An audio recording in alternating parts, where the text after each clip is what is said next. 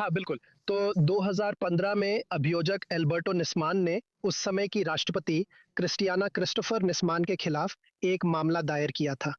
इस मामले को दायर करने के 4 दिन बाद वो अपने फ्लैट के बाथरूम में मृत पाए गए और मैं पहला पत्रकार था जिसे वास्तव में इसकी जानकारी हुई थी। और मैंने उस समय के ट्विटर जो अब एक्स कहलाता है, का इस्तेमाल करके इसके बारे में रिपोर्ट किया था। मैं पहला व्यक्ति था जिसे इसके बारे में पता चला था। तो मैंने एक्स का इस्तेमाल करके जो कुछ हो रहा था उसके बारे में पोस्ट किया। मैंने सबसे पहले ट्वीट किया कि अभियोजक के फ्लैट में कुछ हो रहा है और फिर मैंने पुष्टि की कि वो सच में खून के तालाब में मरा हुआ था। कुछ दिनों बाद, लंबी कहानी को संक्षेप में कहूँ तो, राज्य ने मेरे खिलाफ मुकदमा शुरू कर दिया। और जब मैं अपने एक स्रोत से मिल रहा था, हमने अर्जेंटीना की खुफिया सेवा के एक व्यक्ति को देखा, जिससे मुझे ये स्पष्ट हो गया कि अर्जेंटीना की सरकार मेरे पीछे पड़ी है। तो मैंने तय किया कि जो कुछ भी मेरे पास था, जो कि एक छोटा-सा बैग था, उसे लेकर देश छोड़ दूँ और वापस इज़राइल चला जाऊँ, जहाँ मैंने अपनी आधी ज़िंदगी बिताई है। बिल्कुल, इसमें कोई शक नहीं है कि आप वाक़ई एक गहराई से काम करने वाले पत्रकार हैं और हम आपके आई-24 न्यूज़ इंग्लिश में किए गए सभी काम की सच में सराहना करते हैं। लेकिन अब चलिए विवियाना फाइन के बारे में बात करते हैं। अब उन पर इन हत्याओं के संबंध में गंभीर छुपाव का आरोप लगाया गया था और कथित तौर पर उन्होंने लोगों को अपराध स्थल को दूषित करने की अनुमति दी थी। क्या यह आपके लिए चौंकाने वाली बात है या शायद आपको इसमें कुछ संतुष्टि भी मिलती है? नहीं, बिल्कुल नहीं। शुरू से ही हमें पता था कि पूरे न्यायिक प्रक्रिया में और ख़ास तौर पर अपराध स्थल के साथ कुछ बहुत अजीब था। आप जानते हैं, हम पहले कुछ घंटों की बात कर रहे हैं, जब दर्जनों लोग, यहाँ तक कि अभियोजक विवियाना फैन के वहाँ पहुँचने से पहले ही उस जगह में घुस गए थे। हमने कम से कम 20 से ज़्यादा लोगों को फ्लैट के अंदर और करीब 30 लोगों को उसके आस-पास दस्तावेज़ों में दर्ज किया है। तो इसलिए वहाँ कम से कम 50, शायद उससे भी ज़्यादा और लोग थे, जिनका हमने अब तक पंजीकरण नहीं किया है।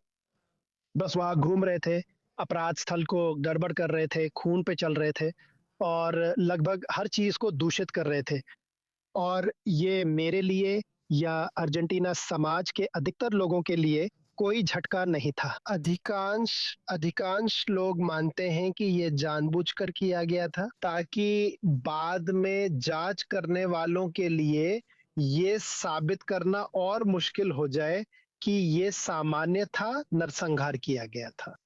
शुरुआत से ही सरकार ने अपने मीडिया के साथ ये सिद्धांत, ये कहानी आगे बढ़ाई कि अभियोजक निस्मान ने आत्महत्या की थी। तो अपराध स्थल एक गड़बड़ बन गया और आज तक ये सच में समझना बहुत मुश्किल है कि वहाँ असल में क्या हुआ था। लेकिन अर्जेंटीना के न्यायिक अधिकारियों के अनुसार ये एक हत्या थी और ये काफी स्पष्ट था।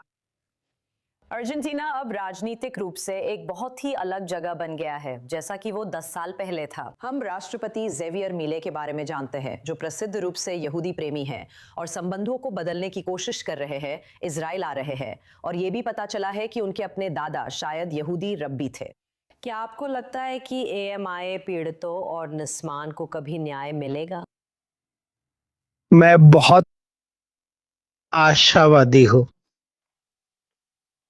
जो ये सरकार इस मामले में कर रही है, उस पर मुझे लगता है कि इसमें काफ़ी प्रगति हुई है। मेरा मानना है कि अर्जेंटीना का अमेरिका और इज़राइल के साथ मेल-जोल इस मामले को आगे बढ़ाने के लिए नए अवसर ला सकता है। और इसका कारण ये है कि अर्जेंटीना पूरी तरह से विपरीत पक्ष के साथ, ईरान के साथ, उन लोगों के साथ जो ब्यूनस आयर्स में बमबारी करते हैं, उनके साथ जुड़ा हुआ था। उन्होंने उनके साथ गठबंधन किया था। राष्ट्रपति फर्नांडेज़ दे किर्चनर, उन्होंने ही ईरान के साथ समझौता ज्ञापन भेजा था, जो पूरी तरह से चौंकाने वाला था। और अल्बर्टो निस्मान ने वास्तव में इसे एक सबूत के रूप में इस्तेमाल किया ताकि वो इस लीपापोती का पर्दाफाश कर सकें कि फर्नांडेज़ दे किर्चनर प्रशासन ईरानियों के पक्ष में ईरानी फायदे के लिए क्या कर रहा था। इसलिए मैं काफ़ी आशावादी हूँ, लेकिन मेरे अपने व्यक्तिगत स्तर पर भी बुरे अनुभव रहे हैं और अर्जेंटीना की व्यवस्था के साथ भी। इसलिए मुझे उम्मीद है नया सबूत सामने आएंगे शायद अगले कुछ महीनों में।